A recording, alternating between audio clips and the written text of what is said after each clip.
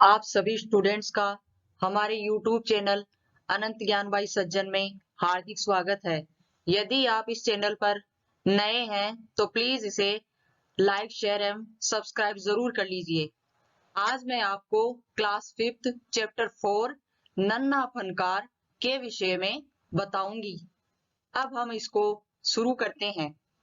पाठ का नाम है नन्हा फनकार। वह लड़का एक चौकोर लाल पत्थर के पास बैठ गया।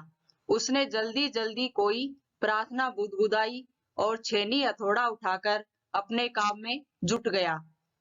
मतलब एक लड़का था जो चौकोर लाल पत्थर के पास बैठा था और उसने जल्दी जल्दी कोई मन में प्रार्थना की और अपना छेनी हथौड़ा जिससे वह काम करता था उसे उठाकर अपने काम में लग गया।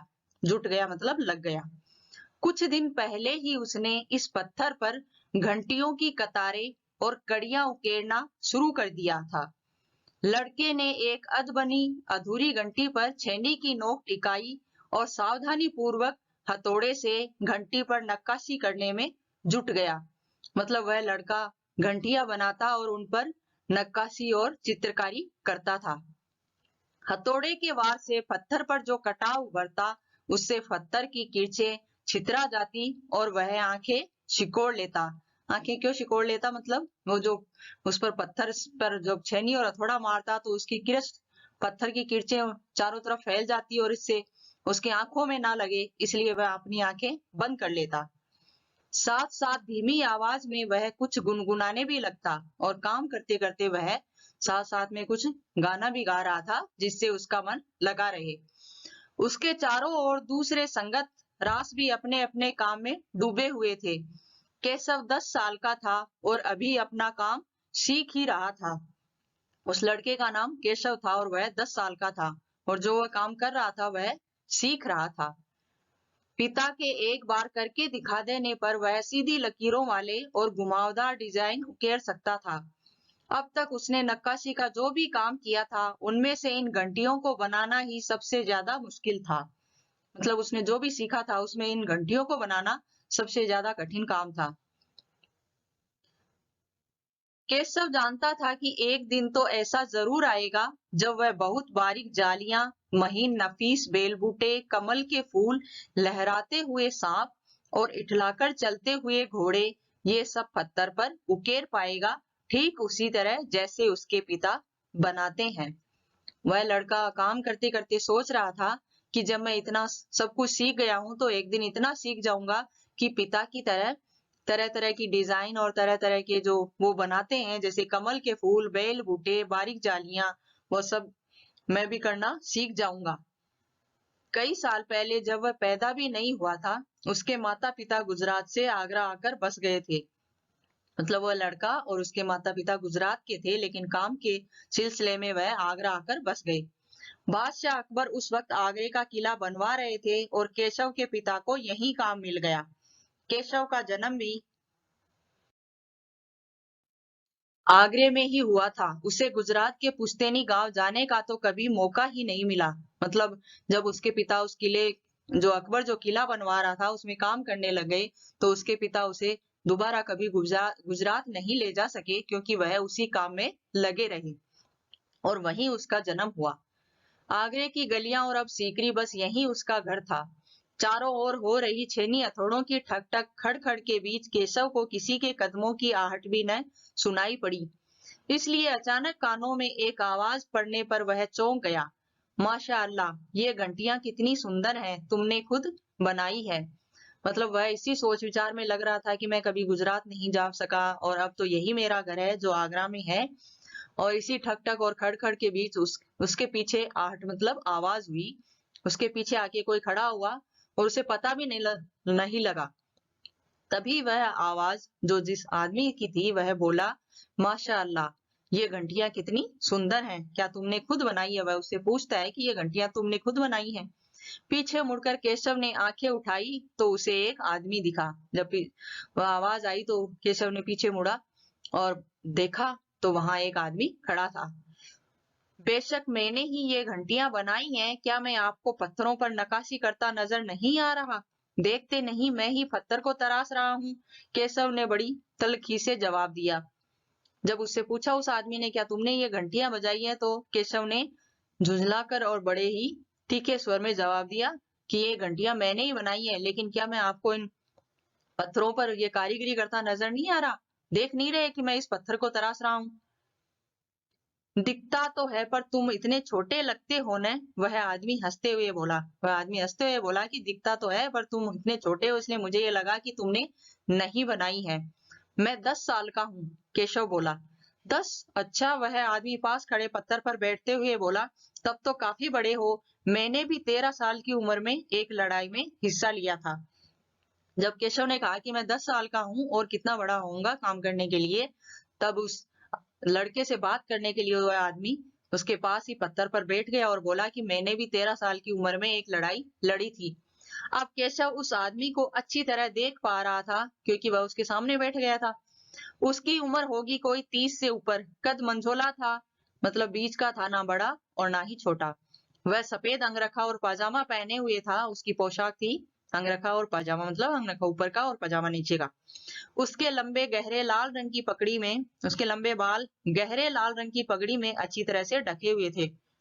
मतलब उसने सिर पर बालों के ऊपर एक पगड़ी लाल रंग की थी, वह पहनी हुई थी। लगता है कोई बहुत बड़ा आदमी है। केशव ने उस आदमी के गले में पड़ी बड़े बड़े मोतियों की माला और उंगलियों की अंगूठी को देखते हुए सोचा। कि केशव ने जब उस आदमी का हुलिया देखा, तो उसे लगा कि यह वेशभूषा से और जो गलों में इसने बड़े बड़े मोतियों की माला पहन रखी है और अंगुलियों में इतनी बड़ी अंगूठियां पहन रखी हैं, तो ऐसा लगता है जैसे ये कोई बहुत बड़ा आदमी है। तीखी नाक, बड़ी बड़ी आंखें, होठों को ढकते हुए नीचे की तरफ आती घनी मूछें। केशव उस आदमी के व्यक्तित्व का मुआयना कर ही रहा था कि तभी एक आदमी ने एक नक्काशी की तरफ इशारा करते हुए कहा, इस लड़ी में अभी काफी काम बाकी है।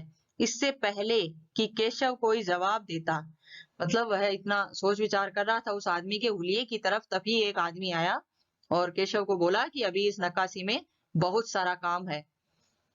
उस आदमी के प्रश्न का उत्तर जवाब देता उससे पहले ही उसने किसी के तेजी से दौड़कर आने की आवाज सुनी। कि तेजी से उसके पीछे कोई दौड़कर आया। यह और कोई नहीं, महल का पहरेदार था। मतलब जो दौड़कर आया वह महल का पहरेदार था। हुजूर माफ करें, मुझे आपके आने का पता ही नहीं चला, हाँफते हुए उसने कहा।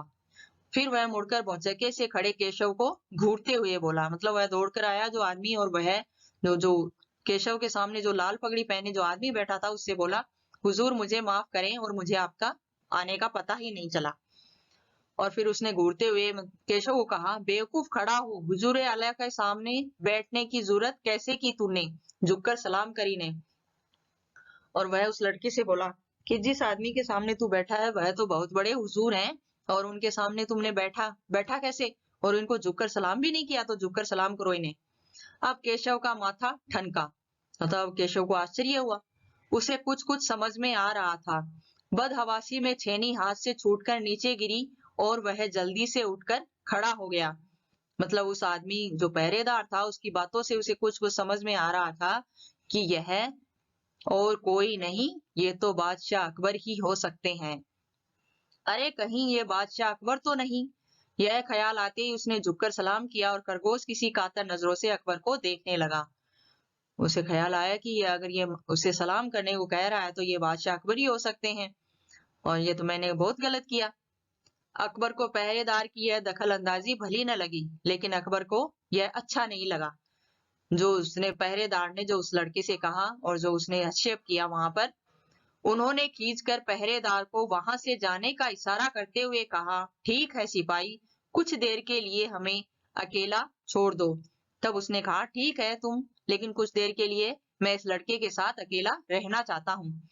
पहरेदार तो चला गया, मगर केशव असमंजस में पड़ गया कि उसे क्या करना चाहिए। मतलब उसे कुछ समझ में नहीं आ रहा था कि बादशाह सलामत के सामने वो कैसे पेश आए, या क्या कहे या क्या करे। वापस अपना नक्काशी का काम शुरू करे या बादशाह के हुक्म के इंतजार में खड़ा रहे। उसे लगा कि बादशाह कोई उससे काम कह दे, इसलिए वह चुपचाप खड़ा रहे। दिल तो उसका अभी भी धक धक कर रहा था, मतलब उसे धड़कन हो रही थी, उसे डर लग रहा था कि पता नहीं बादशाह क्या कहेंगे। हाँ, अब वह डरा हुआ नहीं था, क्योंकि अकबर प्यार से उसे देखते हुए मुस्कुरा रहे थे। लेकिन जब उसने बादशाह की तरफ देखा, तो वह यह देखकर खुश हुआ कि बादशाह अकबर उसे प्रेम से देख रहे थे और उसकी तरफ मुस्कुरा रहे थे, इसलिए उसके मन से जो डर था वह चला गया। तुम्हारा नाम क्या है? अकबर ने नरम आवाज में पूछा। अकबर ने उसे प्रेम से पूछा कि तुम्हारा नाम क्या है? केशव, उसने नपातुला जवाब दिया, मतलब केशव नाम बता के चुप हो गया। केशव, क्या तुम मुझे नक्काशी का काम करना सिखाओगे? कि वह अकबर पूछता है कि क्या तुम भी मुझे ये सिखाओगे? उलझन में पड़े केशव ने तुरंत सिर हिला दिया।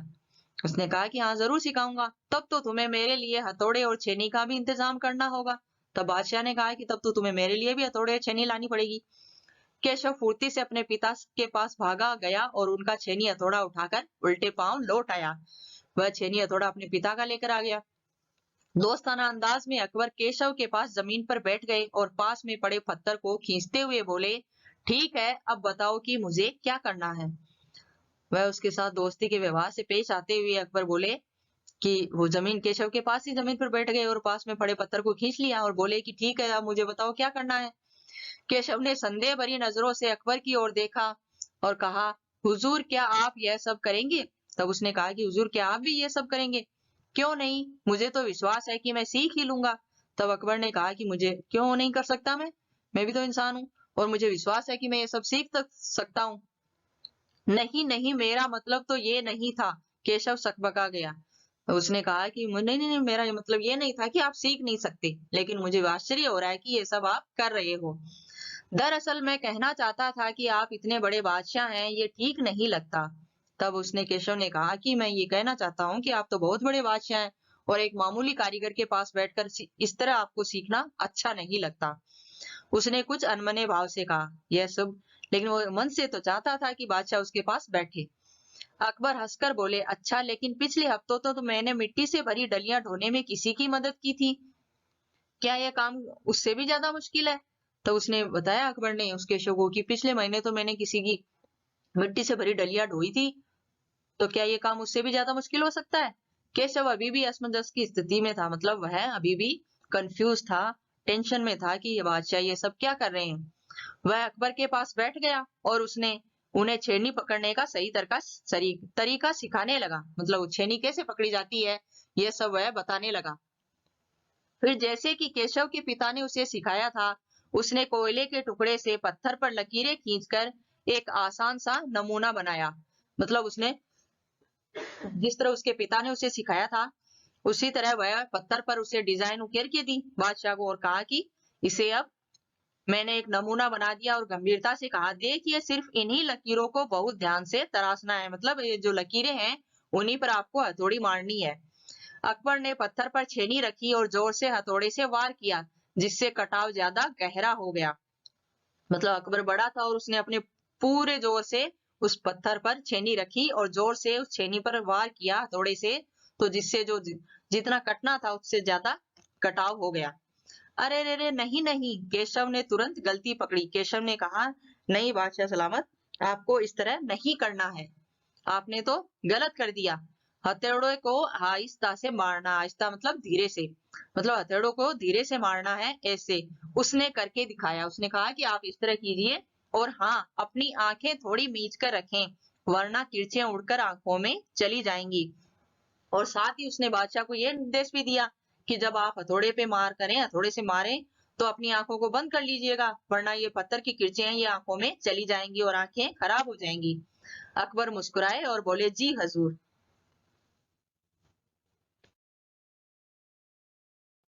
जवाब में केशव भी मुस्कुरा उठा। उनकी मुस्कुराहट देखकर केशव भी मुस्कुरा उठा। वह लगभग भूल ही गया था कि उसकी बगल में बैठा वह व्यक्ति हिंदुस्तान का बादशाह है। एक अनाड़ी से वेश्या पर अपने काम की धाक जमाने में उसे मजा आ रहा था, कि उसे बहुत अच्छा लग रहा था कि कोई उससे कुछ सीख रहा था। वह बड़े ध्यान से देख रहा था कि अकबर किस तरह लकीरों को उकेर रहे हैं। बादशाह से जरा सी भी चूक हो जाने पर फौरन उसकी त्योमारियां चढ़ जाती, मतलब थोड़ी सी गलती करने पर वह बादशाह को डांटता और कहता कि इस तरह तो आप गलत कर रहे हैं, और वह उनका सिखाने में उसका गुरु बन बैठा। काम करते करते अकबर पूछ बैठते, केशव सही नहीं है क्या? और काम करते करते अकबर ये भी पूछ रहे थे केशव से कि ये क्या ये सही है? और केशव सिर हिलाकर अपनी असहमति जता देता। जब गलत होता तो वह कहता कि ये गलत है। अकबर इत्मीनान से बैठ गए और केशव को काम करता हुआ देखने लगे। अपने काम में खोए हुए उन दोनों को इस बात का एहसास नहीं हुआ कि आसपास मौजूद दूसरे संतरास उन्हें बड़े कौतूहल से देख रहे हैं। जब बादशाह अकबर और केशव दोनों अपने काम में तल्लीन हो रहे थे, तो आसपास जितने भी जो वो पत्थर तराशने वाले थे, सब उन्हें ही देख रहे थे। अकबर ने गौर किया कि केशव पत्थर पर बने नमूने को ही नहीं तराश रहा, बल्कि अपनी तरफ से भी उनमें कुछ जोड़ रहा था, जिससे वे डिजाइन ज्यादा खूबसूरत लग रहे थे।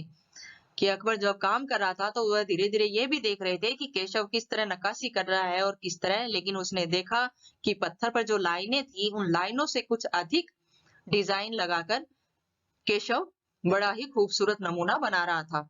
लड़के के काम करने के अंदाज को देखकर अकबर ने धीमे से कहा, केशव देखना, एक दिन तुम बड़े फनकार बनोगे। मतलब बहुत फनकार, मतलब उस काम में परफेक्ट होना। हो सकता है कि एक दिन तुम मेरे कारखाने में काम करो।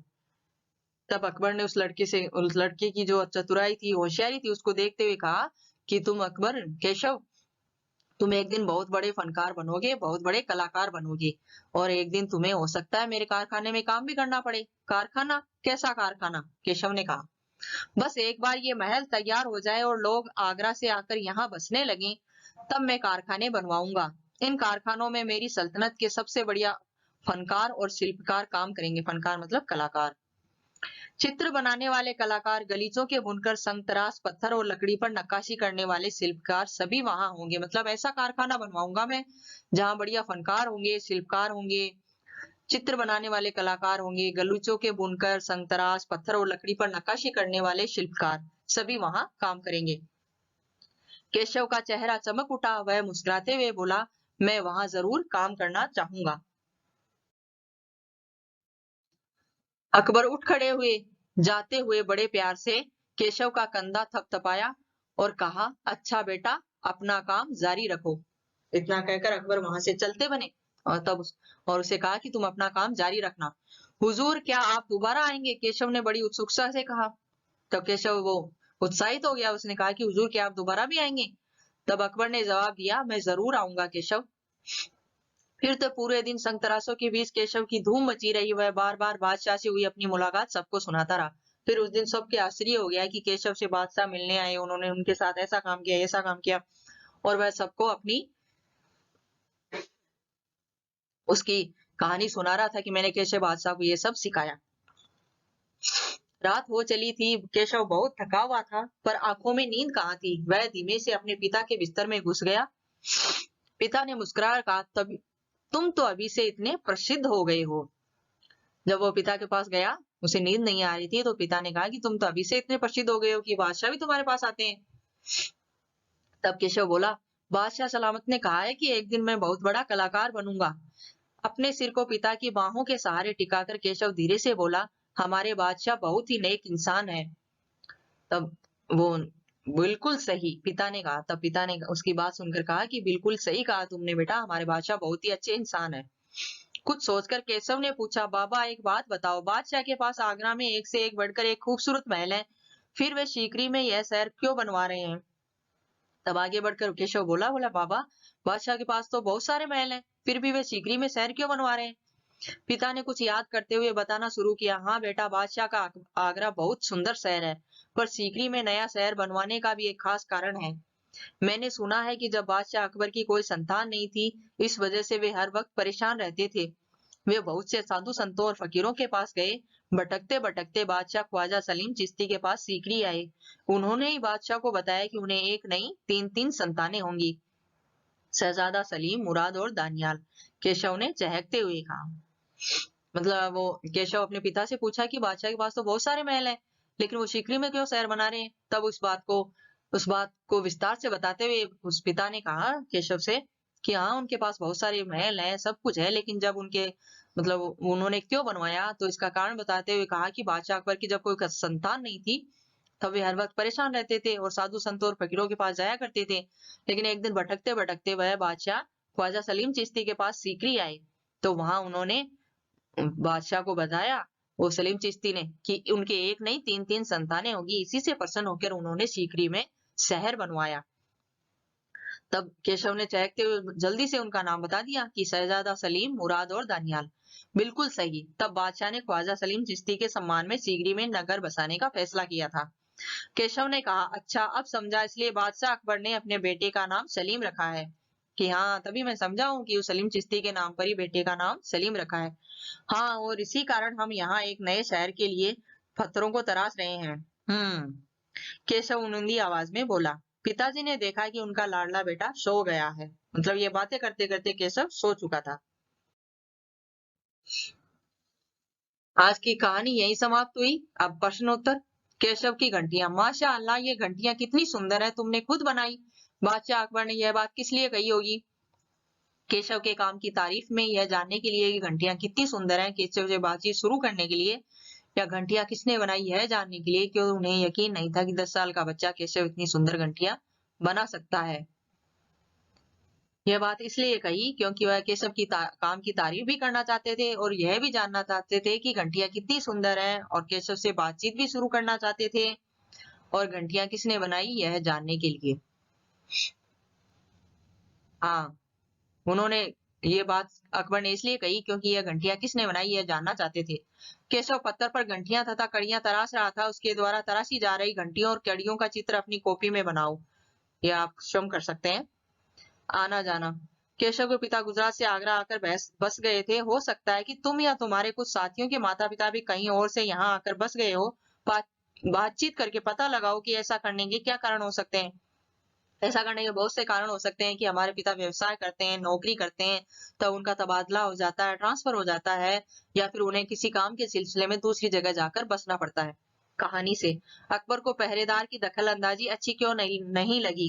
क्योंकि वे नहीं चाहते थे कि केशव और उनकी बातचीत में कोई आक्षेप हो। वे जानना चाहते थे केशव के पास बैठकर कि इतना छोटा बालक इतनी बढ़िया चित्रकारी और नक्काशी कैसे कर सकता है।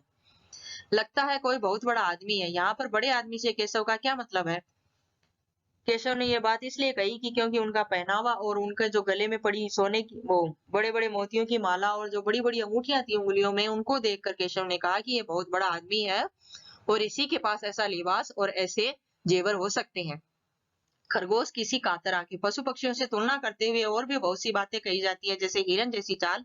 ऐसे ही कुछ उदाहरण तुम भी बताओ। जैसे कौवे सी काव काव, और बाज जैसी तीखी नजर, और लोमड़ी जैसी चतुराई, और शेर जैसी बहादुरी। अकबर ने जब नक्काशी सीखना चाहा तो केशव ने उन्हें संदेह भरी नजरों से क्यों देखा?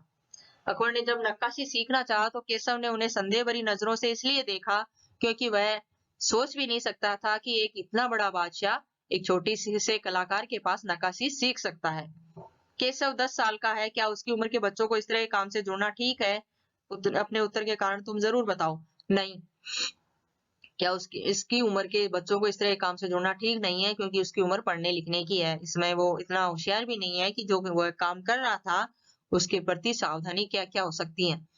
केशव बार बार सबको सुनाता। केशव सबसे क्या कहता होगा, कल्पना करके शब्दों में लिखे। केशव बार बार सबको सुना रहा था कि मेरी और बादशाह की मुलाकात कैसी और किस तरह मैंने उन्हें छेनी हथौड़ा पकड़ना सिखाया, किस तरह मैंने उन्हें नक्काशी करना सिखाया और उन्होंने मुझे क्या कहा क्या नहीं कहा, ये सब बता रहा था। शब्दों की निराली दुनिया। कह नक्काशी जैसे किसी एक काम को चुनो, बढ़ईगिरी, मिस्त्री इत्यादि जिसमें औजारों का इस्तेमाल होता है, उन खास औजारों के नाम और काम कर पता करके लिखो। आप देख लेना। और जैसे छेनी, हथौड़ा, पेचकस, पलास, ऐसी बहुत सारी चीजें होती हैं। छेनी, हथौड़ा, तराशना, किरचे, ये सब पत्थर के काम से जुड़े हुए शब्द हैं। लकड़ी के दुकानदार और बड़े से बात करके लकड़ी के काम से जुड़े शब्द इकट्ठे करो और कक्षा में उन पर सामूहिक रूप से बातचीत करो। ये भी स्वयं कर लेना। हो सकता है कि तुम्हारे इलाके में इन चीजों के लिए काम के लिए कुछ अलग। कटाव शब्द कट क्रिया से पैदा हुआ है। नीचे लिखी संज्ञाएं किन क्रियाओं से बनी हैं? इन संज्ञाओं का अर्थ समझो और वाक्य में प्रयोग करो। चुनाव, चुन, चुनने से चुनाव। पड़ाव, पढ़, पढ़ने से पड़ाव। बहाव, भव से बह, बहने, बहने से बहाव। लगाव, लगने से लगाव। लड़के ने जल्दी जल्दी कोई प्रार्थना गुदगुदाई। रेखांकित शब्दों और नीचे लिखे शब्दों में क्या अंतर है? वाक्य बनाकर अंतर स्पष्ट करो। फुसफुसाना, बड़बड़ाना और भुनभुनाना। भुनभुनाना मतलब किसी बात पर क्रोध करना और अंदर ही अंदर किसी को बुरा भला बुरा कहता रहना, और भुनभुनाना रहना। बड़बड़ाना मतलब कोई उन्हें बात कहती है और चुभती हुई बात कह दे तो यूं लगता है कि जैसे वह मन ही मन बड़बड़ा रहा है। फुसफुसाना मतलब कोई ऐसी बातें हो रही हैं जो किसी तीसरे को ना सुने तो धीरे धीरे फुसफुसा रहे हैं। लड़के ने जल्दी जल्दी तो फुसफुसाना शब्द है जैसे दो लड़कियों के बीच बहुत ही खुसर फुसर हो रही है, वो धीरे धीरे फुसफुसा रही हैं। बड़बड़ाना राम को जैसे श्याम ने कुछ भला बुरा कह दिया तो वह धीरे धीरे मन में उसे उजागर ना करके मन ही मन में बड़बड़ा रहा है। गुनगुनाना गुनगुनाना मतलब सीता को गीता ने बहुत ही भला बुरा कहा और उसे जली कटी सुनाई, लेकिन सीता गीता से छोटी थी इसलिए वह कुछ ना कर सकी और बस गुनगुना कर रह गई। चौथा प्रश्न, बेवकूफ खड़ा हो हुजूर आला के सामने बैठने की जरूरत कैसी की तूने, झुककर उन्हें सलाम कर। पहल के पहरेदार ने केसु से इसलिए कहा क्योंकि पहरेदार को बादशाह के आने का पता नहीं चला इसलिए वह घबरा गया था। उसे सोचा कि अगर मैंने ये सब नहीं कहा तो बादशाह सलामत मुझे नौकरी से निकाल देंगे। आज की हमारी कक्षा यहीं समाप्त होती है। इस वीडियो को देखने के लिए बहुत बहुत धन्यवाद। प्लीज लाइक शेयर और सब्सक्राइब जरूर कीजिएगा और कमेंट करके बताइएगा कि हमारा वीडियो कैसा लगा।